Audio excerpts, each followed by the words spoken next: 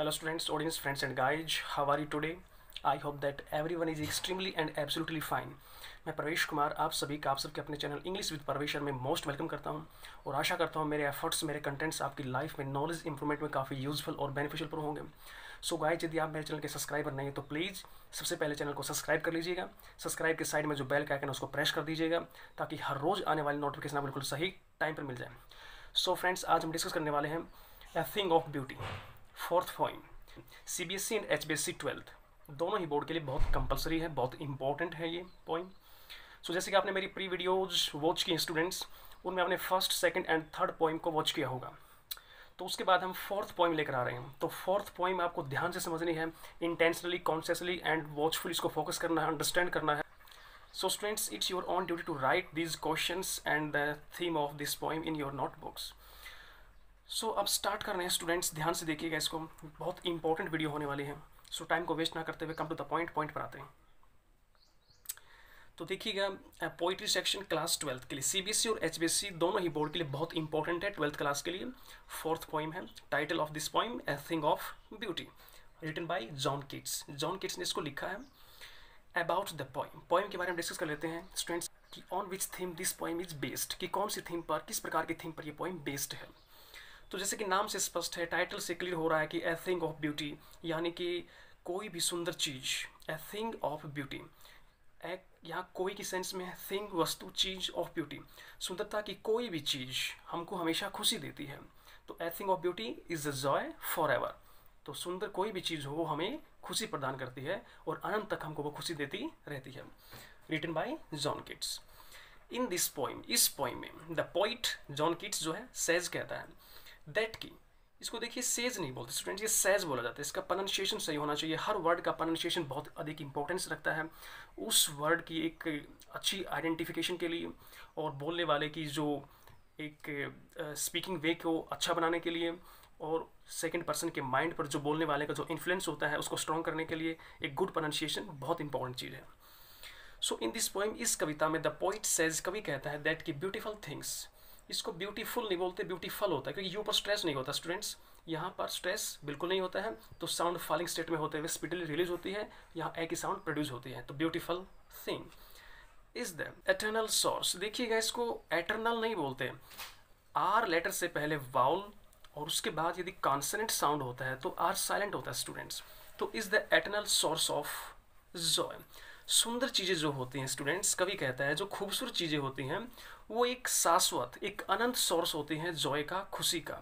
It's loveliness does not decrease, यानी कि खूबसूरत चीज़ों की जो सुंदरता होती है वो कभी ख़त्म नहीं होती है। यहाँ लवलीनेस नाउन का काम करा students. With the passing of time, समय गुजरने के साथ साथ खूबसूरत चीज़ों की जो सुंदरता होती है वो कभी नष्ट नहीं होती है। ऑन द अदर हैंड, दूसरी तरफ, इट गोज ऑन इंक्रीजिंग, यह बढ़ती जाती है। जैसे कि स्टूडेंट्स यहाँ पर ब्यूटी को टू पार्ट्स में डिवाइड किया गया है, यानी कि first internal and second external. जो इंटरनल ब्यूटी होती है स्टूडेंट्स वो फॉर एवर यूं क्यों रहती है, उसकी सुंदरता कभी खत्म नहीं होती है। जो एक्सटर्नल ब्यूटी होती है वो समय के साथ, पासिंग द टाइम, वक्त के हिसाब से गुजर जाती है, डल हो जाती है। तो इट गोज ऑन इंक्रीजिंग, ये कौन सी ब्यूटी की बात कर रहा है? इंटरनल ब्यूटी, क्योंकि इंटरनल ब्यूटी जो होती है वो कभी भी डिक्रीज नहीं होती है, वो हमेशा इंक्रीज होती रहती है, इंक्रीजिंग बढ़ती रहती है। When we look a beautiful thing, जब हम किसी खूबसूरत चीज़ को देखते हैं, वी फॉरगेट, हम भूल जाते हैं, आर वरीज, हमारी चिंताएं, हमारी जो परेशानियाँ, फॉर सम टाइम, कुछ समय के लिए। तो स्टूडेंट्स, जो नेचुरल थिंग्स होती हैं, नेचर से बढ़कर कोई खूबसूरती नहीं है। तो प्रकृति के पास हम जब जाते हैं, जब काफ़ी हम बॉदर फील कर रहे होते हैं, काफ़ी स्ट्रेस में होते हैं, काफ़ी तनाव में होते हैं, तो उस जो प्रॉब्लम होती है, उस जो टेंशन से फ्री होने के लिए जब हम प्रकृति के पास जाते हैं, प्रकृति की गोद में जाते हैं, यानी कि नेचुरल जो सीनरी होती है उनको देखते हैं, तो डेफिनेटली जो हमारी चिंताएं होती हैं, जो हमारी वरीज होती हैं, कुछ समय के लिए हम उनको फॉरगेट, भूल जाते हैं, बिल्कुल समाप्त हो जाती हैं। क्योंकि प्रकृति के अंदर, नेचर के अंदर एक मैजिक होता है, उसके अंदर एक ऐसी नेचुरल पावर होती है जो हमारे माइंड पर इस तरह का एक काम करती है कि हम उन चीज़ों को कुछ समय के लिए, उन चिंताओं को भूल जाते हैं। Despair and sorrows.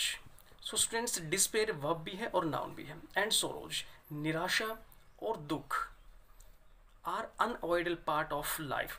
दुख और निराशाएं हमारे जीवन का स्टूडेंट्स एक अनअवॉइडेबल पार्ट है, यानी कि ऐसा पार्ट है जिसको हम छोड़ नहीं सकते, जो हमारी ज़िंदगी से अलग नहीं हो सकता। क्योंकि हमारी लाइफ में देखिए लाइफ जो होती है उसमें सुख और दुख दोनों का ही इक्वल कंट्रीब्यूशन होता है, दोनों इक्वल तरीके से काम करते हैं। कभी सुख है तो कभी दुख है। ऐसा कभी पॉसिबल नहीं है कि सुख फॉरएवर रहेगा दुख नहीं रहेगा, या फिर दुख फॉरएवर रहेगा सुख नहीं रहेगा। दोनों अपने अकॉर्डिंग चलते रहते हैं। येट द ब्यूटीफुल थिंग्स, फिर भी खूबसूरत चीज़ें, हेल्प अस, हमारी सहायता करती हैं, to keep our despair and sorrows away.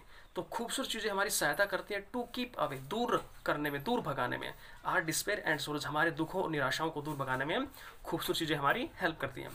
Nature is a store house, प्रकृति जो है एक गोदाम है, एक गोडाउन है और ब्यूटी, सुंदरता का।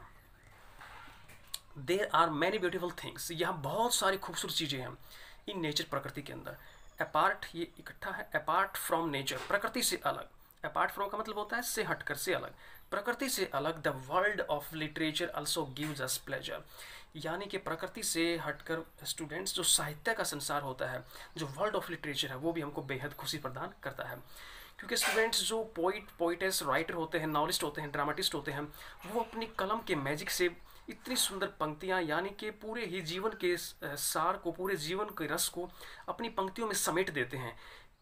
ऐसी बातों को अपनी पंक्तियों में समेट देते हैं जिनको कई पेजों में कवर करना मुश्किल हो जाता है, उनको अपनी चंद पंक्तियों में समेट देते हैं, जो रीडर्स को, जो पढ़ने वाले होते हैं, उनके दिल और दिमाग को काफ़ी सुकून देती है, काफ़ी रिलैक्स उनको प्रदान करती हैं, और जीवन की सच्चाई का और स्पिरिचुअलिटी का उनको काफ़ी गहराई से उनको अध्ययन होता है। तो जो प्राकृतिक चीज़ें हैं, जो प्रकृति है, उसकी सुंदरता तो स्टूडेंट्स है ही, उसको तो नकारा नहीं जा सकता। लेकिन जो साहित्य के संसार है, जो साहित्यिक चीज़ें हैं, उनकी सुंदरता भी बहुत अधिक प्रभावशाली होती है, बहुत अधिक अफेक्टिव होती है ह्यूमन बीइंग के माइंड को इन्फ्लुएंस करने में। अब देखिएगा तो सुंदर चीज़ों पर डिस्कस किया गया कि खूबसूरत चीज़ें, अब इसका जिस्ट क्या है, इसमें कवि क्या कहना चाहता है। स्टूडेंट्स तो कवि यही कहना चाहता है कि जो खूबसूरत चीज़ें होती है वो हमेशा हमारे माइंड को, हमारे हार्ट को रिलैक्स करती हैं।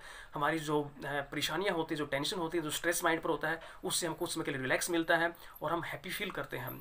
और इसमें ब्यूटी को 2 पार्ट्स में डिवाइड भी किया गया है कि इंटरनल ब्यूटी होता है, एक सेकंड एक्सटर्नल ब्यूटी होता है। जो इंटरनल ब्यूटी होता है स्टूडेंट्स, उसकी ब्यूटी कभी नष्ट नहीं होती है, वो समय के हिसाब से गुजरती नहीं है, वो with the passing of time, वक्त के हिसाब से गुजरती नहीं है, वो फॉर एवर हमेशा यूं की यूं बनी रहती है। जबकि जो एक्सटर्नल ब्यूटी होती है, with the passing of time, वो समय के साथ गुजर जाती है और वो सुंदरता डल हो जाती है। तो हमें इंटरनल ब्यूटी पर फोकस करना चाहिए, इंटरनल ब्यूटी की इंपॉर्टेंस को समझना चाहिए, इसकी वैल्यू को कभी नकारा नहीं जा सकता। ओके, तो इस प्रकार ये जो पोइट है जॉन कीट्स से कहना चाहता है। अब स्टैंजा फर्स्ट पर डिस्कस करते हैं स्टूडेंट्स। फिर भी स्टूडेंट्स कोई डाउट है तो it's your own right, write something in comment box and I will say that assurance I will definitely solve your problem that time. So students stanza first देखिएगा। A thing of beauty is a joy forever, यानी कि कोई भी वस्तु of beauty, सुंदरता की कोई भी चीज़, कोई भी सुंदर चीज़, is a joy forever, यानी कि वो हमेशा ही खुशी का स्रोत रहती है, हमेशा ही खुशी देती है। A thing of beauty, सुंदर चीज़, कोई भी सुंदर चीज़ हो students, is a joy for ever, Joy खुशी, फॉर एवर हमेशा वो खुशी ही प्रदान करती है। इट्स लवलीनेस, ये लवलीनेस यहाँ नाउन का काम कर रहा है, इसकी सुंदरता इंक्रीज बढ़ती जाती है। खूबसूरत जो चीज़ होती है स्टूडेंट्स, उनकी सुंदरता हमेशा बढ़ती जाती है। It will never pass into nothingness, it will, यह कभी भी, नेवर पास इनटू नथिंगनेस, यानी कि ये कभी भी समय के साथ गुजरती नहीं है, इसकी सुंदरता कभी फीकी नहीं होती है, यानी कि समय इसको नष्ट नहीं कर सकता। जो इंटरनल ब्यूटी होती है स्टूडेंट्स, जो अंदर की सुंदरता होती है, जो कि सोल स्पिरिट की खूबसूरती होती है, जो हमारी थॉट प्रोसेस, जो हमारे वर्डिंग या फिर दूसरों को जो हम इम्प्रेस करते हैं अपनी जो वर्डिंग से या फिर अपने थॉट प्रोसेस से, तो वो जो इंटरनल ब्यूटी होती है, सोल स्पिरिट की ब्यूटी होती है, वो कभी वक्त के हिसाब से गुजरती नहीं है। But will keep a bower, देखिए ये जो ई आर, लास्ट में E R, A R, O R, I R, हमेशा साइलेंट तो मैं नहीं कहूँगा, ये ए का साउंड प्रोड्यूस करते हैं स्टूडेंट्स। जब लास्ट में ई आर होता है, ए आर होता है या फिर आई आर होता है, तो उसका साउंड ए का होता है, तो इसको बावर बोलेंगे, बावर। और इसका जो ये नाउन है स्टूडेंट, इसका मतलब होता है कि लता मंडप, लेकिन यहाँ पर इसका मीनिंग हो जाएगा ए क्लस्टर ऑफ ट्रीज। देखिएगा क्लस्टर ऑफ ट्रीज जो होता है, जैसे मैं कहूँ कि ए क्लस्टर ऑफ ट्रीज, तो क्लस्टर ऑफ ट्रीज वृक्षों का झुंड, तो बावे ए क्लस्टर ऑफ ट्रीज कहा जा सकता है, ए क्लम्प ऑफ ट्रीज बोला जा सकता है, क्लम्प भी वृक्षों का झुंड होता है, तो ए क्लस्टर ऑफ ट्रीज भी क्या होगा, बावे हो जाएगा। ए क्लम्प ऑफ ट्रीज को भी हम क्या बोलेंगे, बावे, यानी कि वृक्षों का झुंड। और एक ग्रो ऑफ ट्रीज होता है students, GROVE, A grow of trees, ये होता है वृक्षों का बागीचा, पेड़ों का बागीचा। तो ए बावे क्वाइट फॉर अस, यानी कि खूबसूरत चीज़ें, विल कीप बनाए रखेंगी, तो ये वर्ब है, फ्यूचर में फ्यूचर इंडेफिनिट में काम हो रहा है, तो खूबसूरत चीज़ें बनाए रखेंगी फॉर अस हमारे लिए। बावा क्वाइट मीन्स जैसे वृक्षों की झुंडों में शीतल छाया प्राप्त होती है, वृक्षों की झुंडों के नीचे जो हमको शीतलता प्राप्त होती है, जो रिलैक्स मिलता है, तो उस प्रकार की हमको ये जो सुंदर चीज़ें हैं उसी प्रकार की जो रिलैक्सेशन, उसी प्रकार की हमको शांति प्रदान करेंगी। एंड एस्लीप और निद्रा, नींद, फुल ऑफ स्वीट ड्रीम्स, मीठे सपनों से भरी हुई नींद हमको प्रदान करेंगी। क्या चीज़? खूबसूरत चीज़ें। एंड हेल्थ और अच्छा स्वास्थ्य, एंड क्वाइट ब्रीदिंग और चैन की सांस। क्वाइट का मीनिंग स्टूडेंट्स यहाँ पर क्या है? जैसे कि मैंने आपको शायद एक पोइम के अंदर ये डिस्कस किया था मैंने कि एक शब्द होता है क्विट, क्विट मीन्स छोड़ना होता है, और एक शब्द होता है QUITE, क्वाइट। क्वाइट मीन्स होता है पूरी तरह से, बिल्कुल, और क्वाइट मीन्स होता है चुप, शांत, या फिर चैन बोल सकते हो, जहाँ शांति होती है वहाँ चैन मिलता है। एंड क्वाइट ब्रीदिंग और चैन की सांस हमको मिलेगी। तो स्टूडेंट्स एक बार फिर से मैं इसको रिपीट कर देता हूँ ताकि आपको समझ आए। अ thing of beauty is a joy forever, यानी कि कोई भी खूबसूरत चीज़ हमेशा ही जॉय, खुशी प्रदान करती है। इट्स लवलीनेस, इसकी खूबसूरती, इसकी सुंदरता बढ़ती जाती है। It will never pass into nothingness, खूबसूरत चीज़ें जिनकी इंटरनल ब्यूटी होती है उनकी सुंदरता कभी नष्ट नहीं होती है। But will keep A Bawa quiet for us, वो बनाए रखेगी, यानी कि वो सुंदर चीज़ें जो हैं वो बनाए रखेंगी फॉर अस, हमारे लिए। ए बावा क्वाइट का मतलब क्या है? यानी कि क्वाइट शांति। कैसी शांति? बावे, यानी कि जैसे कि वृक्ष के झुंड की छाया में हमको शांति प्राप्त होती है, ग्रीष्म ऋतु के दौरान जब वृक्ष के झुंड की छाया हमको मिलती है तो हमको काफ़ी शीतलता, काफ़ी रिलैक्स मिलता है, तो उसी प्रकार से सुंदर चीज़ें हमको काफ़ी रिलैक्स देती हैं। एंड एस्लीप, और एक हमको निद्रा प्रदान करती हैं। Full of sweet dream, sweet adjective काम कर रहा है, ड्रीम्स सपन नाउन है, तो मधुर सपनों से भरी हमको नींद प्रदान करती है।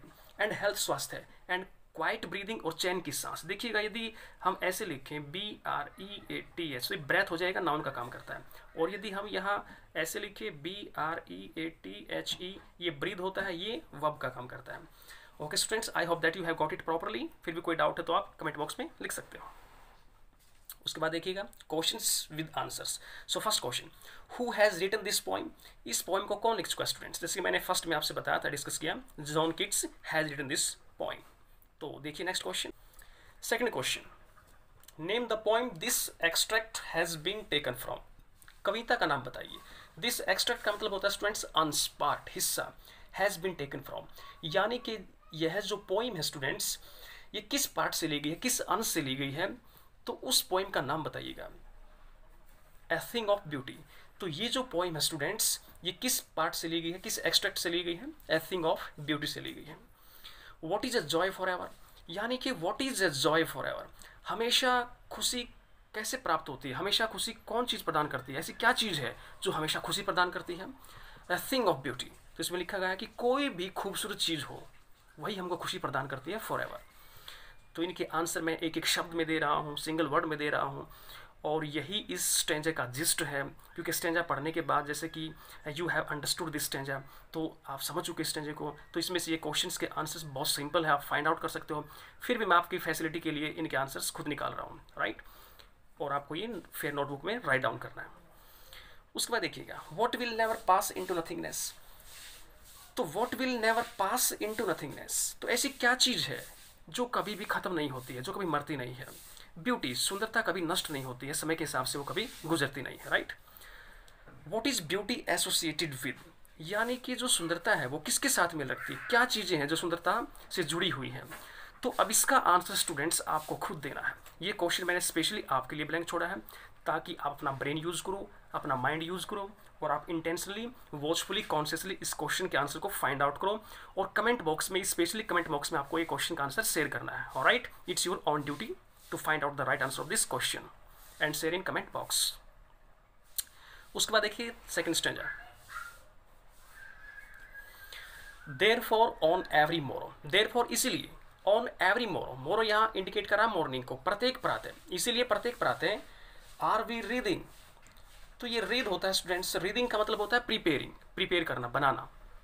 ए फ्लावरी बैंड, एक फूलों का बैंड, टू बाइंड, बांधने के लिए, अस हमें, टू द अर्थ, पृथ्वी से। स्पाइट, देखिए स्पाइट नाउन भी है और वर्ब भी है। यदि स्पाइट नाउन है स्टूडेंट तो इसका हिंदी हो जाएगा बावजूद, और यदि ये वर्ब का काम कर रहा है तो इसका हिंदी होता है अपमान करना, अनादर करना। ऑलराइट, ऑफ डिस्पोंडेंस, तो डिस्पोंडेंस जो है ये नाउन का काम कर रहा है स्टूडेंट्स, इसका मतलब होता है निराशा। तो डिस्पोंडेंस निराशा हो जाएगा। Of the human dearth, dearth जो है ये एक नाउन का काम कर रहा है जिसका मीनिंग होता है शॉर्टेज, इंग्लिश की बात करूँ, और हिंदी में कमी बोलते हैं किसी चीज़ का अभाव। ऑफ नोबल नेचर्स, अच्छे स्वभाव। Of the gloomy days, days यहाँ पर स्टूडेंट्स नाउन है तो ग्लूमी एडजेक्टिव हुआ, तो एडजेक्टिव वर्क कर रहा है, दिन कैसे, उदासी भरे। Of all the unhealthy, unhealthy means अस्वास्थ्यवर्धक कह सकते हो, डर्ट यानी कि कोई डर्टी चीज़ है उसको बोल सकते हैं। एंड ओवर, ये जो एपोस्ट्रॉफ है स्टूडेंट्स ये वी को इंडिकेट करता है, यदि मैं इसको हटा दूँ तो वी लगा सकता हूँ और इसको लगा दे तो वी यहाँ से हट जाएगा। डार्केंड ये एक वर्ब के रूप में काम कर रहा है, लेकिन यहाँ देखिए वेज, वेज क्या है, नाउन है। वेज का मतलब होता है तौर तरीके, और प्रकार भी इसका मीनिंग होता है, टाइप्स जिसको बोलते हैं। तो नाउन से पहले अब ये एडजेक्टिव काम कर रहा है, तो वर्ब कैसे एडजेक्टिव बनती है, तो ये वर्ब है लेकिन एडजेक्टिव काम यहाँ कर रही है। मेड फॉर आर सर्चिंग, अब इसका ट्रांसलेशन देखिएगा स्टूडेंट्स। देयरफॉर, इसीलिए, ऑन एवरी मोरो, प्रत्येक प्रातः, मोरो क्या है, प्रातः, इसलिए प्रत्येक प्रातः, आर वी रीडिंग, हम बना रहे हैं, ए फ्लावरी बैंड, एक फूलों की माला, टू बाइंड, बांधने के लिए, अस हमें, टू द अर्थ, हम प्रत्येक प्रातः फूलों की माला गूंथते हैं जो माला हमको पृथ्वी से बांधे रखती है। स्पाइट ऑफ डिस्पोंडेंस, डिस्पोंडेंस निराशा। ऑफ द ह्यूमन डर्थ, मानवीय कमी। ऑफ नोबल नेचर्स, यानी कि नोबल नेचर्स क्या होता है, अच्छे स्वभाव में, अच्छे स्वभाव में मानवीय कमी, निराशा। ऑफ द ग्लूमी डेज, और उदासी भरे दिन। ऑफ ऑल द अनहेल्दी, और वो सभी अस्वास्थ्यवर्धक यानी कि डर्टी, गंदे। एंड ओवर डार्कन्ड वेज, अंधेरों से भरे हुए रास्ते। तो देखिए स्टूडेंट्स मैं इसको दोबारा बता रहा हूँ, यहाँ से लेकर यहाँ तक ये काफ़ी इंपॉर्टेंट ट्रांसलेशन है, इसमें काफ़ी सस्पेंशन होगा आपको, इसलिए मैं क्लियर कर रहा हूँ। डिस्पोंडेंस क्या हो जाएगा यहाँ पर, डिस्पोंडेंस निराशा, ह्यूमन डर्थ मानवीय कमी, ऑफ नोबल नेचर्स अच्छे स्वभाव में मानवीय कमी, निराशा, ग्लूमी डेज उदासी भरे दिन, ऑफ ऑल द अनहेल्दी और अस्वास्थ्यवर्धक या फिर डर्टी गंदे जिनको बोल सकते हो, और अंधकार से भरे हुए रास्तों के, स्पाइट बावजूद, कुछ ऐसी चीज़ें हैं, कुछ ऐसी खूबसूरत चीज़ें फिर भी बचती हैं, मेड फॉर आर सर्चिंग, जो हमारी तलाश के लिए बनाई गई हैं। तो स्टूडेंट्स आशा करता हूँ, I hope that you have got it properly. फिर भी कोई डाउट है तो आप इसको डेफिनेटली कमेंट बॉक्स में शेयर कर सकते हो, और I will share with the assurance that I will definitely try to solve your problem. Okay, तो क्वेश्चंस देखते हैं स्टूडेंट्स। क्वेश्चंस विद आंसर्स बहुत सिंपल रहेगा। What binds us to earth, ये बाइंड बी है स्टूडेंट्स यहाँ पर। व्हाट बाइंड्स अस टू अर्थ, पृथ्वी से हमको क्या बांधे रखता है, क्या बांधता है पृथ्वी से हमको, ए थिंग ऑफ ब्यूटी, यानी खूबसूरत चीज़ें स्टूडेंट्स हमको पृथ्वी से बांधे रखती है। जैसे कि आपने स्टूडेंट में पढ़ा है कि क्या बांधता है, a flowery band to bind us to the earth. Flowery band का मतलब क्या है, ए थिंग ऑफ ब्यूटी, खूबसूरत चीज़ें हमको पृथ्वी से बांधे रखती हैं, इस धरती से हमको जोड़े रखती हैं। Why do we wreathe, wreathe का मतलब स्टूडेंट्स मैंने अभी बताया आपको, ये नाउन के रूप में काम कर रहा है, इसका मतलब होता है बनाना, या एक सेकंड मीनिंग्स का ये भी होता है माला सजाना। तो वाई डू वी रिद, हम क्यों बनाते हैं, ए गार्लैंड ऑफ फ्लावर्स, फूलों की माला को गार्लैंड बोलते हैं, यानी कि फूलों की माला हम क्यों बनाते हैं, क्या कारण है। एवरी मॉर्निंग, प्रत्येक प्रातः हम ऐसा काम क्यों करते हैं। तो आंसर है to bind us to the beauties of earth, to bind बांधने के लिए, अस हमें, to the beauties of earth, पृथ्वी की जो सुंदर चीज़ों से अपने आप को हम बांधने के लिए ये फूलों की माला बनाते हैं। ये फूलों की माला हम क्यों बनाते हैं, ताकि हम पृथ्वी से बंधे रहें। What dearth does the poet talk of, dearth noun है, इसका हिंदी जो है कमी होता है, और इंग्लिश वर्ड की बात करूँ तो शॉर्टेज इसको बोलते हैं। What dearth does the poet talk of, कवि जो है किस कमी की बात करता है, किस डर्थ की बात कर रहा है, किस शॉर्टेज की बात करता है। It is the dearth of noble natures, ये किस चीज़ की कमी है स्टूडेंट्स, नोबल नेचर्स, अच्छे स्वभाव की कमी की बात हो रही है। जैसे स्टेंज में आपने देखा यहाँ पर कि noble natures, okay, dearth of noble nature. तो नेक्स्ट क्वेश्चन देखिएगा, इसमें बहुत इंपॉर्टेंट क्वेश्चन है।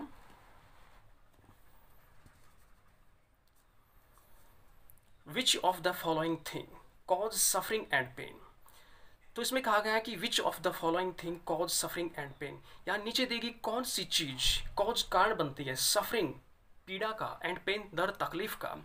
तो फर्स्ट इसमें ये ऑप्शनल है स्टूडेंट्स, ये मल्टीपल चॉइस का क्वेश्चन है, इसमें आपको 4 आंसर्स मिलेंगे जिनमें से आपको एक आंसर को क्लिक करना है, और ये क्वेश्चन का आंसर आपको खुद देना है, अपनी ब्रेन को यूज़ करना है, अपने इंटेलेक्ट के बेस पर आपको इस क्वेश्चन का आंसर निकालना है। ये क्वेश्चन का आंसर मैं आपके लिए छोड़ रहा हूँ, तो इसके मैं एक बार ऑप्शन पढ़ देता हूँ। क्वेश्चन की हिंदी क्या बन रही है कि नीचे दी गई जो चीज़ें हैं उनमें से क्या चीज़ ऐसी है जो कॉज कारण बनती है, सफरिंग एंड पेन, तकलीफ पीड़ाओं का कारण बनती है। तो डिस्पेयर, ये डिस्पेयर नाउन भी है स्टूडेंट्स और एक वर्ब भी है। यदि ये नाउन है तो निराशा, और यदि ये वर्ब है तो निराश होना। लैक ऑफ नोबल नेचर्स, अच्छे स्वभाव की कमी, निराशा, अच्छे स्वभाव की कमी, मिसफॉर्चून्स ऑफ लाइफ, जीवन की जो मिसफॉर्चून्स है, दुर्भाग्य हैं, ऑल ऑफ द अबव, या सभी के सभी। तो ये क्वेश्चन है स्टूडेंट्स, ये क्वेश्चन मैं आपके लिए छोड़ रहा हूँ, और मुझे आपके इन दोनों क्वेश्चंस के आंसर का इंतजार रहेगा। तो आपको इनके आंसर्स कमेंट बॉक्स में लिखने हैं। आज के लिए स्टूडेंट्स इतना ही, मिलते हैं नेक्स्ट वीडियो में नेक्स्ट कंटेंट के साथ। तब तक के लिए thanks for watching this video, thank you very much, take care, keep studying and keep enjoying, right, and lockdown के नियमों का पालन करते रहिएगा।